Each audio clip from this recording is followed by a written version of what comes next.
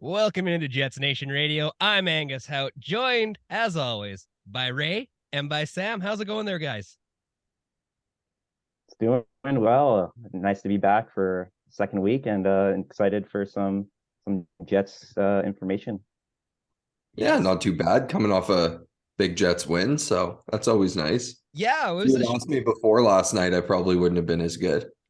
yeah, that's fair. I mean, last night was a bit of a beatdown. I just caught the replay of it, but man, get to see the Jets were just awake and ready to take anyone on. And I mean, it could have been the exact same game as Montreal, where it was just like, oh yeah, the guys just forgot to show up for whatever reason.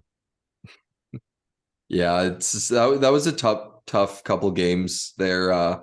Toronto, Montreal. I mean, outplay a team like Toronto, you definitely want to win, but it's you fall asleep for 10 minutes and they score 3 on you, so Yeah. can't have that.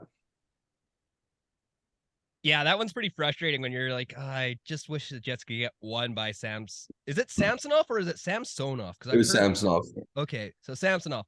If the Jets could have squeaked another one by him, would have been at least a chance. But yeah, awful that we couldn't get one past him, and ultimately the 4-0 loss. But yeah, one of those crappy weeks for the Jets. But whatever, moving on. It was 4-1. Didn't we? We got one against. I think Kyle Connor got one. Yeah, Kyle Connor scored in that Power game. play. Yeah, Beautiful shot. His 200th goal of his NHL career. There you go. I guess not just one, but if we could have got the second one past him there, towards the end of that second period, the Jets were on all cylinders to score and just couldn't do it. But hey, we beat Ottawa, so back to the right direction. Always fall on that. We beat Ottawa. So my phone's being real silly right now. Do one of you want to pull up the questions until my phone decides to smarten up? Yeah, I think before we get to the questions, we should talk a little bit about the Provorov thing. Oh yeah, we definitely should, because we talked about before we get into the bullshit and the fun. We should address the really shameful thing that happened in Philly this week. For anyone who doesn't know, Philly defenseman Ivan Provorov refused to take part in warm-up for the game. They were wearing the Pride jerseys. He said because he's Russian Orthodox, it was against his religion. Philly still let him play in the game. So there's a lot of controversy around that. One, him skipping the warm-up, but two, also Tortorella still putting him in the game. Yeah, I think it's very important where you have this night to kind of show that like hockey is for everyone, and then you're presenting a player that doesn't agree with one of those groups that is growing in the hockey community, and then still icing him for that game where it's kind of like you're kind of showing that like, hey, like we're not like starting him, or like we're not having him for the warm-ups, but then you proceed to play him in the game.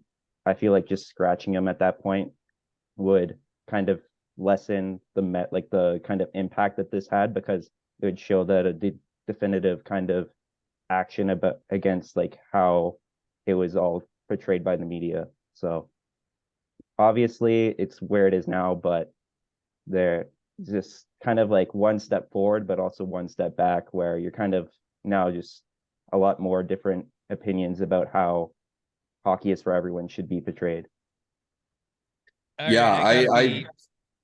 Sorry, I got to be that guy.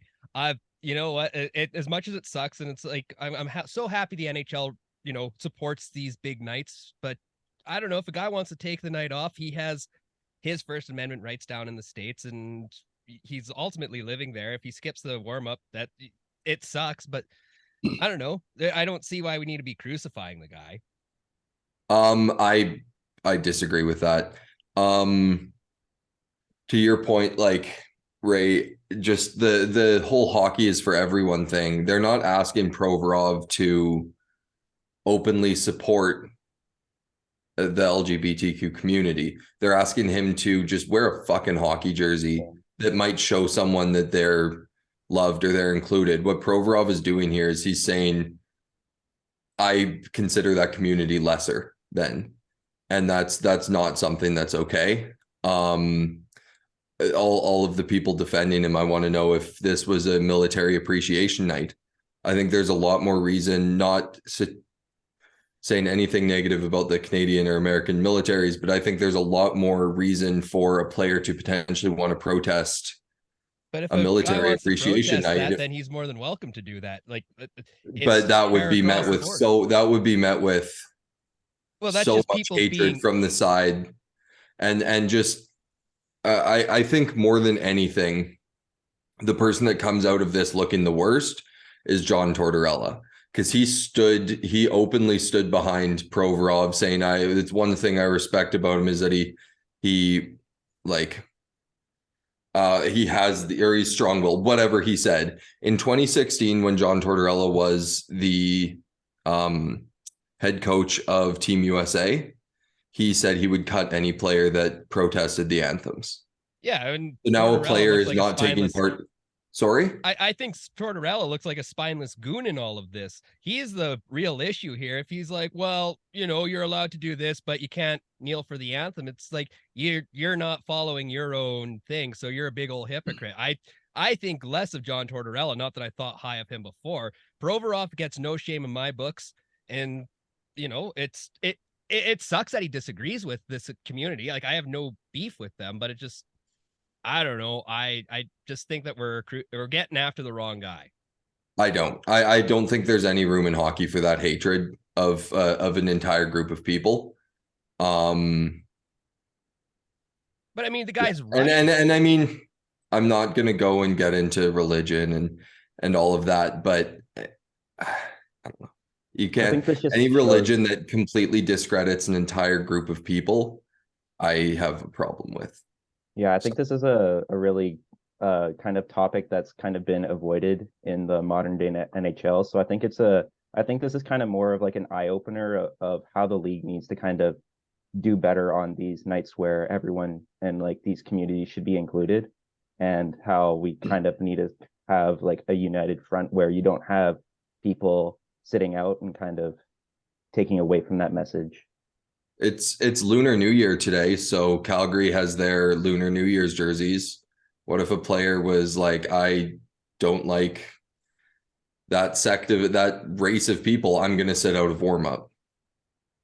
Yeah, well, there's obvious, like, we're celebrating obviously something nice, but like, Pride Month is in June, and it's how many of these companies are taking these big payments to be like, oh yeah, we'll throw up our profile picture. And yeah, but that, I mean, even something as simple as changing your profile picture might show someone in that community that they're like wanted and accepted in this thing. I just think as simple as putting on a jersey with a little fucking rainbow on it isn't going to kill Ivan Provorov. And it's absolutely absurd he was still allowed to play in that game.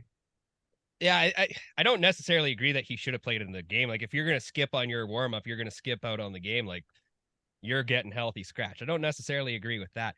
I don't know. The guy stood up for what he believed in. And even if you think it's wrong, like, I'm very pro-America when it goes to like First Amendment. We don't need to, spend 40 minutes debating which, where we stand in our whole lineup of everything is. Well, I think the thing most people have the issue with is Philly playing him in the game. Like, again, yes, I wholeheartedly, completely disagree with his message there.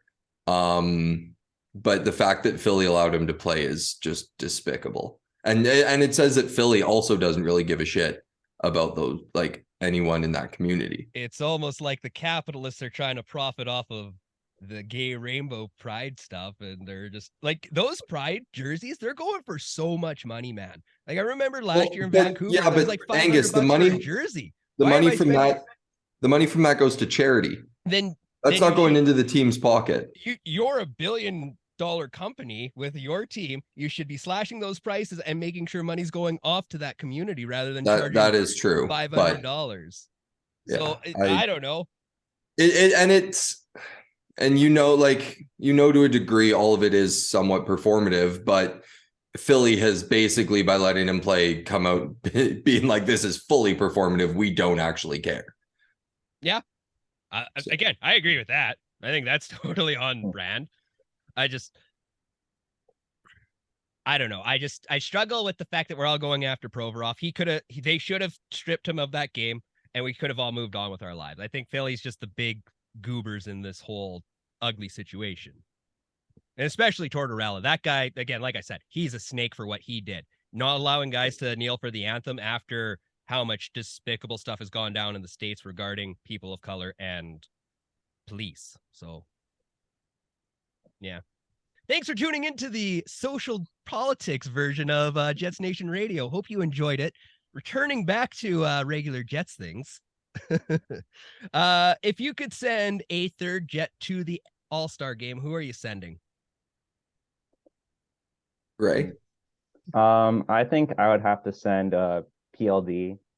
I think just because of all the pressure that he's had throughout the summer on like trade talks and different kind of speculation around him, to be able to come into this season and kind of put all that behind him and be able to put up a kind of like a caliber season where he's breaking records for like how like his potential points that he can get, and kind of the role he's played, where I think that like if you take PLD away from the Jets, they're borderline a wild card team, where I feel like he is kind of the most like Kyle Connor is an obvious choice here for the points, but I feel like PLD is kind of a more important player in that sense for a big center down the middle, where I feel like he's definitely been an all-star this season. I like that answer, because I was thinking when I saw the question originally, I was like, well, I mean, Kyle Connor leading the team in points, like even with his slow start. If Ehlers had played more time, I mean, the guy's got 16 points in 11 games. That's just wild. I'm going to mix it up a bit. I'm going to say Bones. Ooh. I think the Jets did him dirty in that. Hellebuck did him dirty in the Red Wings game. And I think he deserves to be the coach for the Central Division. I get the way it works. It's just purely by the numbers, but I think he should be there. By Hellebuck on that one. Yeah, that was a tough one. Yeah, well, I'll go with the very easy answer of Kyle Connor. Look at those numbers.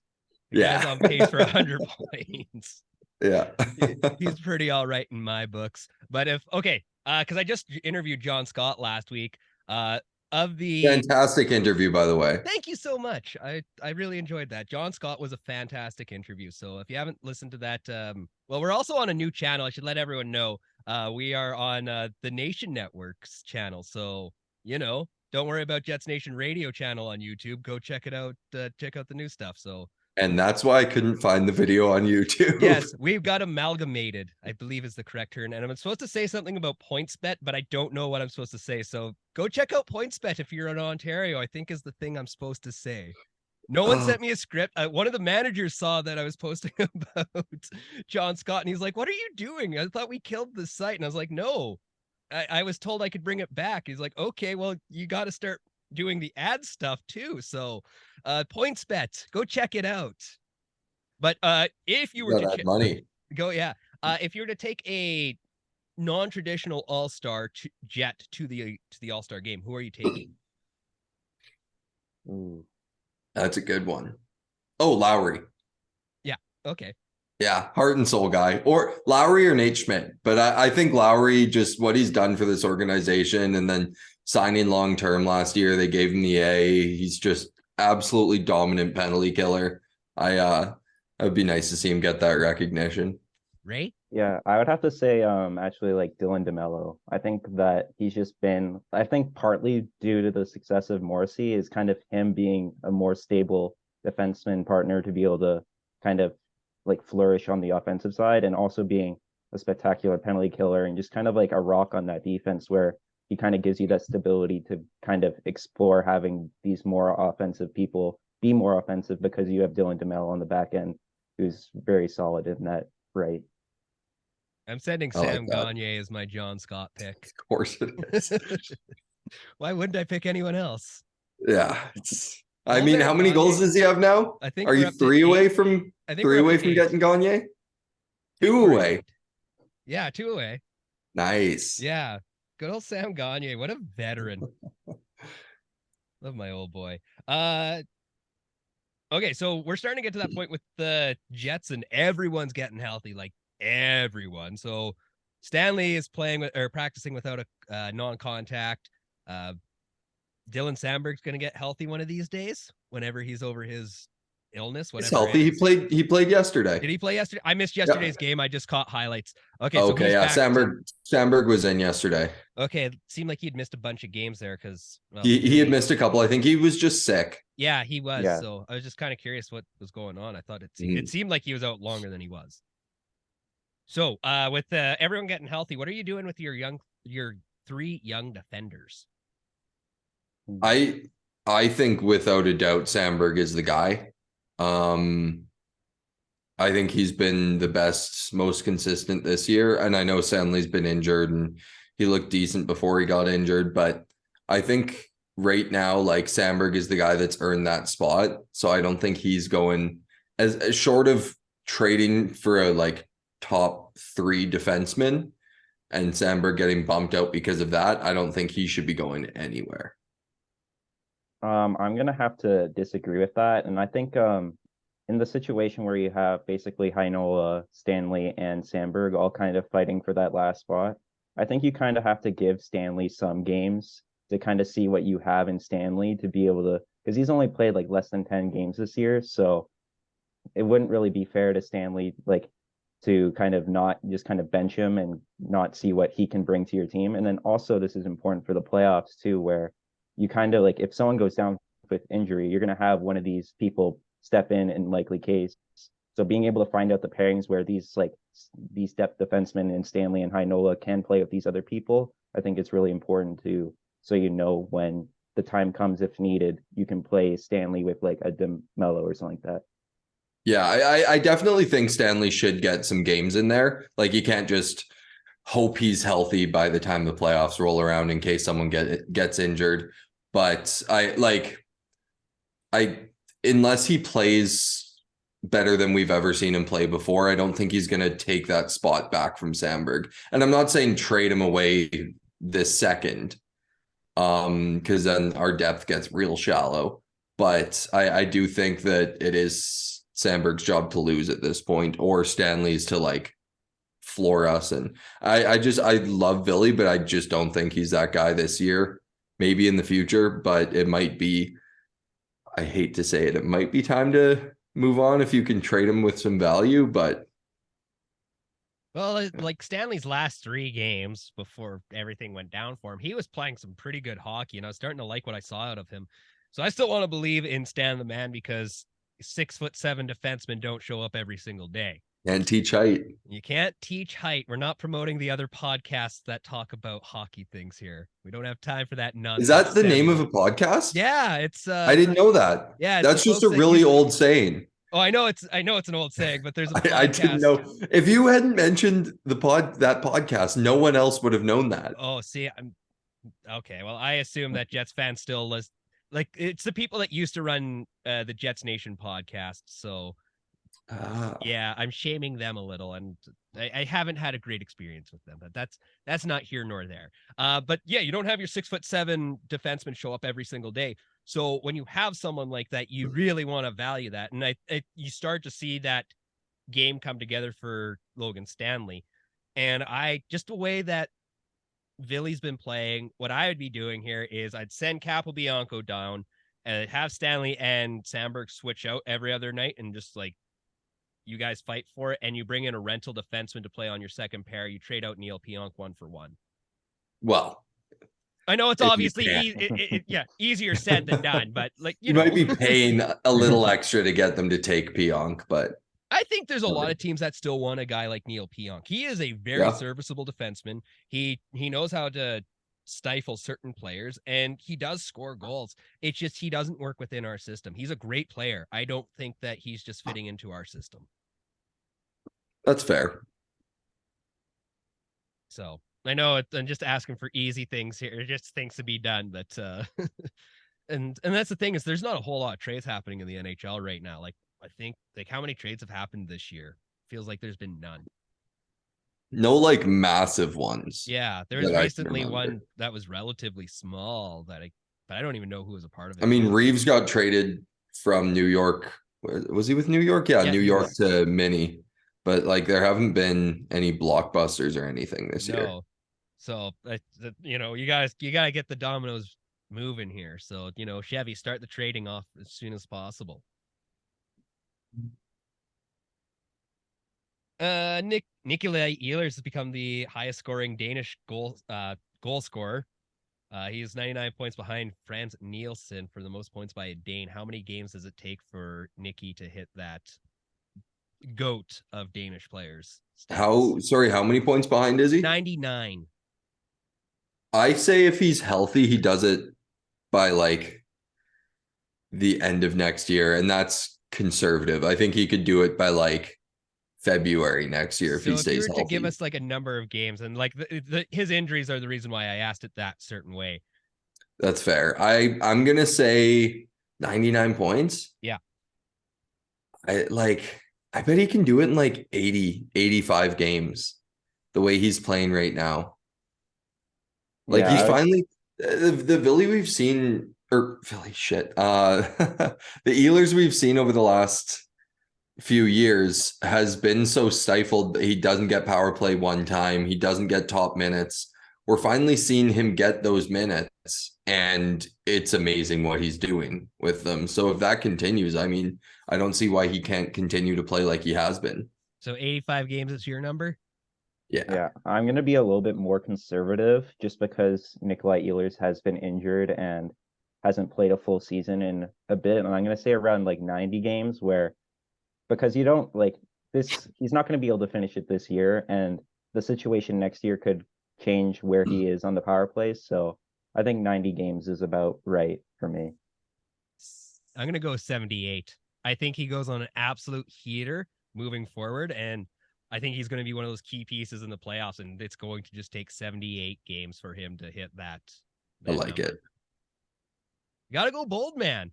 You got to believe in these guys. And I mean, no one believed in Nikolaj Ehlers to just hop right onto the wagon once he was, came back. It was like, well, he's flying. Yeah. And it took him, 3/4 of a game to get going? Like, it didn't have a couple points in his first game back. I think he got 1 or 2.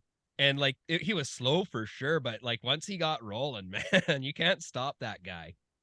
And I mean, really, it's kind of like he's only 9 games into his season, because we're not going to count the first 2 that he were so long ago. Yeah. So imagine taking that like 4 months off or whatever. So say it's like the summer and the guy's doing this to start a season.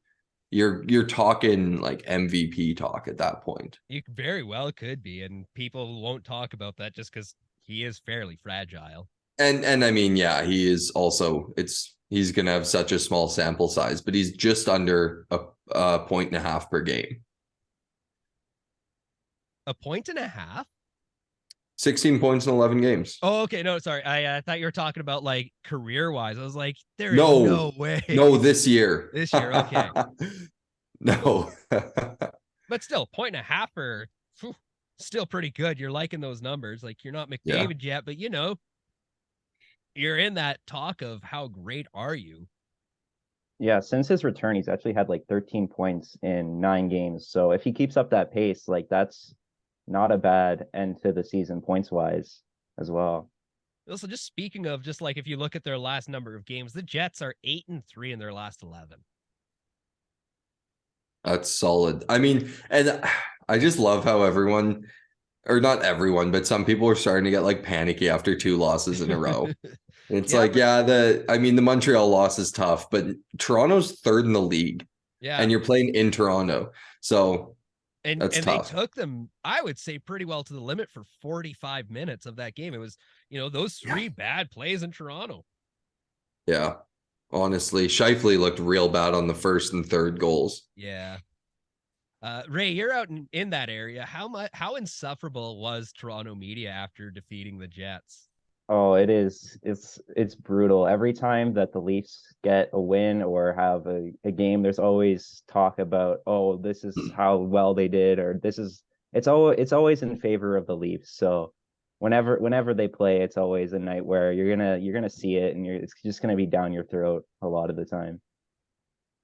Yeah, I could imagine. I mean, it's just as bad here because we still have to get TSN or Sportsnet. Like, it's not like we have our own TV station. So if you're watching any highlights, very Leaf centric.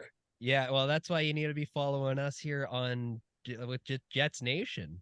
You need to get rid of all that mainstream noise and hear me ranting and raving about absolutely nothing with this team. All right. You guys ready for some trivia? Let's do it. All right. Oh, where the hell did my stuff go? Okay, give me you know what? First off, who drafted Blake Wheeler? Because I know I asked that was my first question. I know that. Same. Boston. I got it. No, you're not correct with that. Oh Sam. no, it's Phoenix. Yes. Yeah, he went to Boston. He signed with Boston. What year? And what position for 2000. It was 03 or 04. So 4. 04. There you go. Anyone? What position? Like overall, I guess. 5th. Yes. So do you guys know why Wheeler never played a single game with the Arizona Coyotes? No. Oh, he pulled an Eric Lindros and he was just like, nah. Did he actually? Yeah, he did. Hell yeah. Yeah, he was like he played college hockey and then got to the point where his contract was coming up and there's like, nah, I don't want to go to Arizona. So well, that's what Nathan Smith was going to do with the Jets. Yeah. And so the Jets traded him to Arizona. Brilliant move. And then, yeah, Boston ended up getting the rights to Mr. Blake Wheeler. And that's where. And poor Wheeler then got traded from Boston right before they won the cup. Yes. Actually, who was the guy that was traded with Blake Wheeler? With Blake Wheeler to Atlanta. Did he ever come to Winnipeg? Yeah, he did. Okay, so who played for Boston before Atlanta and Winnipeg? Mark Stewart. There you go. Nice. Good old Mark Stewart. How many points? He's coaching somewhere now, right? In Edmonton. Yeah. Good for him. Great for him. Blake Wheeler had how many points with the Atlanta Thrashers?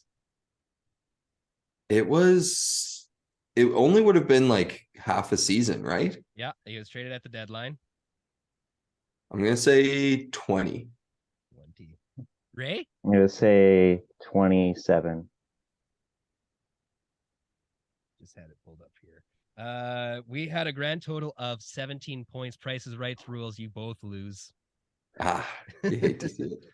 Ray, you should have gone with the one. I should have, one lower, been safe. You know what? And I can't find these questions where I originally had them written out. I think I had one other question. So you guys did good.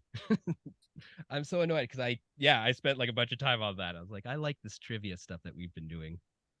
So more trivia. Okay, who are the Angus? This one's for you. Who are the top 2 picks the year that Wheeler was drafted? Oh, that was Ovechkin, and I can never remember who went second in that year because Crosby was 05.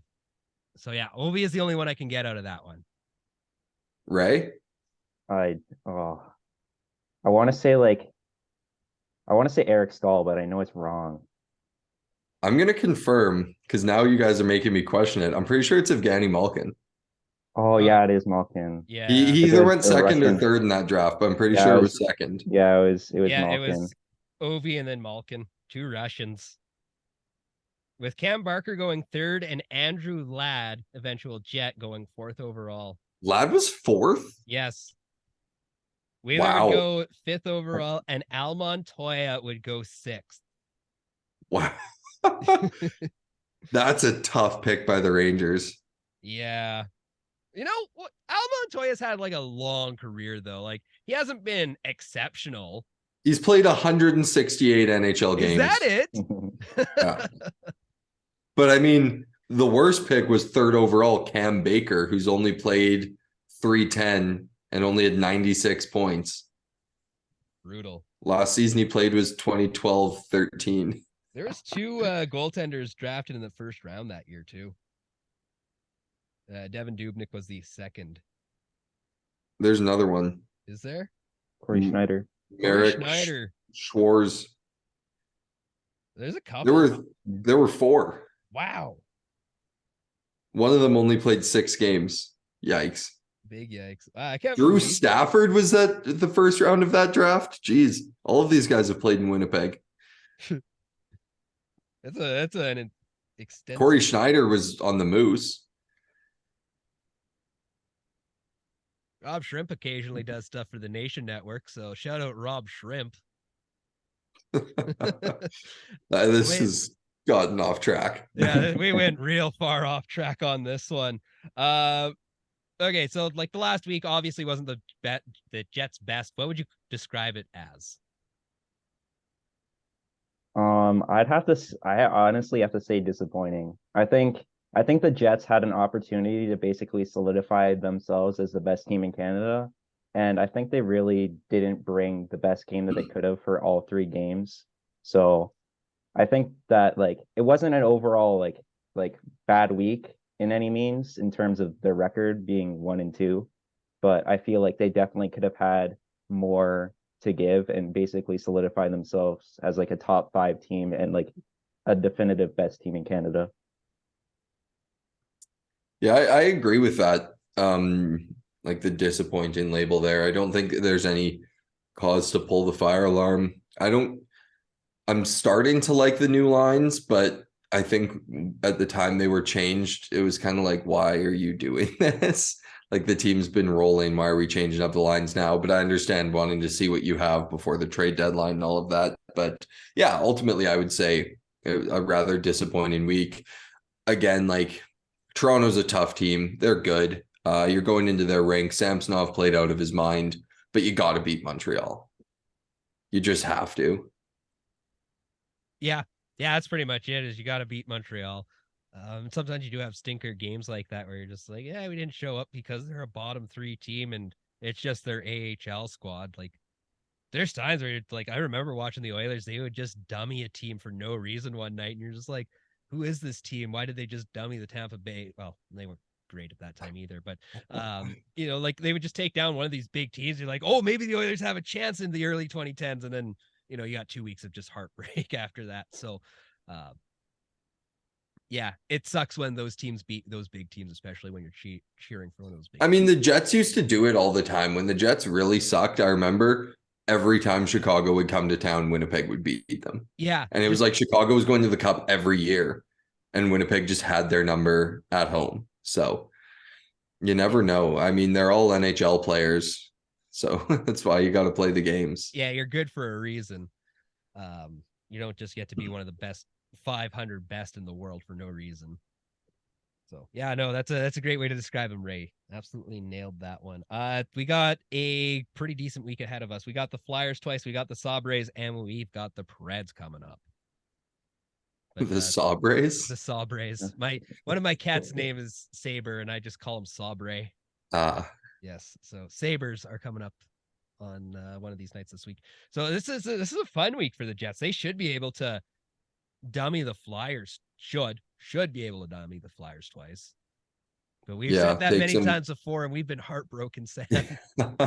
Yes, we have. No, I think, I mean, like, ultimately, they should be able to go through this week 4-0. Nashville's not going to be an easy out in Nashville, but you should be able to beat them. And then you're coming home to play the Sabres and Flyers. Like, those are 2 games you should be winning. You're finally home after a long road trip. Got to get those wins. I think that first home game is going to be a bit of a rough one, though. Because that's the first game against Buffalo, right? Yeah. Yeah, so Buffalo's a great team. They're probably pissed off about the fact that they got beaten in their own barn. And usually I found after long road trips, the Jets aren't good at home. True. But I don't know, like Buffalo, I'd say hammer the over in that game, whatever you do, because Buffalo scores a lot of goals, but they have they have the most goals scored in the league, but they're 23, 19, and 3. So they let in a lot of goals too. Yeah, they sure do. But that's the thing is Connor Hellebuck going to show up and just be like, I'm going to make a fool of her to this Tage Thompson kid and just like absolutely make his night a living hell? Hopefully. Yeah. I don't know. That's a game where I'm taking the under, actually. I'll take 5.5 under. Yeah, I'm pretty sure the last game was exactly 5 goals. So it's probably a game where it's either going to be a really just canceling each other out or it's just going to be a goal fest. So Yeah, just a race. They'll just go back and forth. Whoever scores the last goal is going to end up winning that one. But we can't disappoint Coach Bones. He's like our grandpa. You can't be playing that run and gun hockey. Speaking of Bones and being a grandpa, that video of him with him bringing his grandson onto the ice for practice in Ottawa yesterday, or morning skate, that was fantastic. Right? Like just adorable. And like, yeah, just an ultimate grandpa there. I like that. Like, how can you not like Rick Bowness at this point? I don't know. Apparently Dallas didn't. Yeah, bunch of idiots. Well, I think it's John Klingberg who gave everyone the sour grapes on that one, and they didn't realize. I just think they had his replacement lined up, and it was just time for them to move on. It's like when Trotz won the cup in Washington and then was gone the next year. Oh yeah, that was just weird. Also, they could never make it past the second round. They had his replacement lined up, and then they won the cup. Yeah. And it was like, oh well. Speaking of replacements, poor Bruce Boudreau. That's shameful what they've done to him out in Vancouver. Just horrible. Like, I feel so bad because like everyone loves Bruce. Like, it doesn't matter what you think of the team he's coaching. You're like, Bruce Boudreau is a guy I would have 1,000 chicken wings with and a couple of beers. Yeah, definitely. And then them posting the thank you Bruce thing on their social media today. It's like, fuck off. The way you dicked him around for weeks when everyone knew that is it Tocchet? Rick Tocchet. Whatever. That Rick was the guy that was going to replace him. Just let him go. And even if Tocchet wasn't ready yet, like, let someone take over in the interim, but don't drag Bruce along like that. Don't parade him out in front of the media every night. Like, just horrible. Yeah. And like, it was awesome to see Vancouver fans like giving him Bruce, there it is, one last time after they got absolutely shelled by the Oilers. That was nice. That was. So, I mean, like, there's stuff in hockey that's going to make a grown man cry. That's something that's going to get me. And I hope the Vancouver Canucks continue to fail for the next 25 years. Not when they have Connor Bedard. No, you know what? They can trade Connor Bedard and be known as the team that lost Connor Bedard because they were so incompetent. I'm mad. You're wrong, Bruce. So that's pretty much all I've got for today. You guys got anything else? No? Cool. Go check out pointsbet.com. I'm supposed to say something about it. Still no official word, but pointsbet.com. They apparently advertise here. So enjoy that. Have yourself a great week. Sam, where can we find you on the internet? Yeah, it's Sam Brownell Radio on Instagram and SBrownell12 on Twitter. Cool. And on the AM radio dial? Yeah, 7:30 if you're anywhere in like Western Manitoba. Some places in Winnipeg will get it too. Yeah. And Eastern Saskatchewan. Most of like half of that province gets it as well. Yeah. So good folks in Saskatchewan. Enjoy some Sam Brownell talks. Hell yeah. Ray, where can we find you on the interwebs? You can find me at Brad Lambert is him on Instagram. And yeah, just ready to talk to anyone about the Jets. Excellent. And for myself, you can follow me on Instagram and Twitter and TikTok, because I'm doing occasional stuff there. Angus Hout. Go check out Jetsnation.ca. Go check out our Facebook, Instagram, Twitter, and TikTok. Facebook. Speaking of TikTok, I had one of your TikToks come on my For You today. And it was talking about like, do the Jets need a top 6 forward? And you're saying no. And I was like, what is this wild take? And I went and looked. It was from November. I was like, how is this a take that Angus actually has? I need to bring this up, but it doesn't say the date on it when it's just on your page. So I had to go and luckily had to press the thing that was like recently watched or whatever to get down to it. Sometimes I'll get comments where they're like, what are you even talking about? And I'm like, this is from 6 months ago, man. Please. I'm not an idiot. Yeah. So actually the first day that we got Rick Bowness in, I was bitching and complaining. I was like, Rick Bowness is a loser, blah, blah, blah. He's not going to do anything for the Jets. And like, it's an embarrassing video. And somebody within the last 2 weeks has commented like, what do you know? Like, apparently nothing at that time.